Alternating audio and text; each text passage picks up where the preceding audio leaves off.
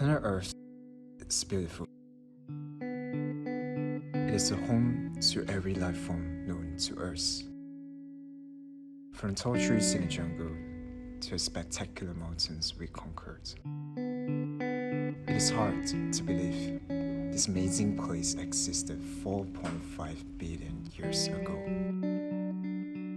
But one thing we must never forget is us, humans. We humans have been here for 200,000 years.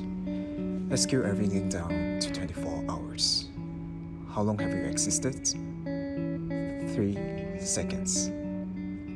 3 seconds, and look what we have done. Fire here, floods there, chaos everywhere.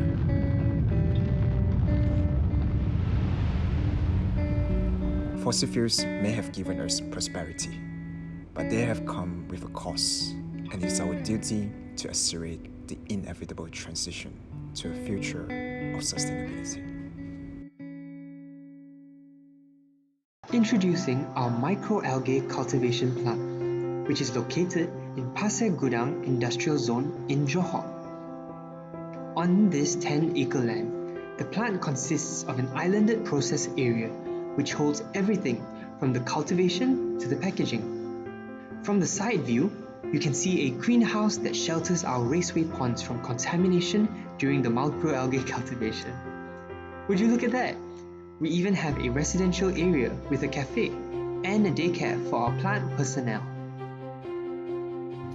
In our plant, we will grow the microalgae spirulina with the intention of producing products such as biofertilizers, human supplements, and even animal feed, all while using recycled materials and reducing carbon emissions. How will we do this? Let's find out. Microalgae absorbs carbon dioxide to photosynthesize and make food for themselves. Through this process, we will be able to reduce the net carbon emissions from our plant. Besides this, the nutrients provided to the microalgae will come from nutrient-rich recycled aquaculture wastewater that would otherwise require treatment to be disposed of. We discovered that aquaculture wastewater was one that was high in nitrates, which is the main nutrient needed for algae cultivation. Also, the high amounts of nitrates in this wastewater make it a hazardous wastewater that can cause harmful impacts on the environment, such as algae blooms and eutrophication, if disposed of incorrectly. By using this wastewater, we will be able to treat our water while providing the necessary nutrients for our microalgae. Now, let's go through our cultivation process.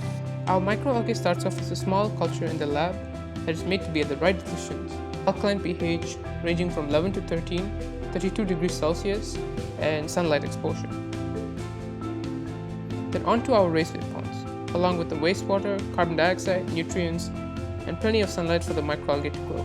Once at the right density, it goes to a filtration that filters the biomass from the water and also recycles the wastewater back into the ponds to save the extra nutrients. This is also known as ultrafiltration system. Next, there is a drying process that produces pure dry biomass. We have 2 different types of dryers that we use to cater for the different products we have. The freezer dryer is extremely efficient in saving the desired qualities of the biomass, and hence, we use it for the biomass that will become supplements. On the other hand, solar drying is an economical and energy efficient method which we use for the fertilizer and animal feed. After the drying, the biomass goes to a grinder and granulator.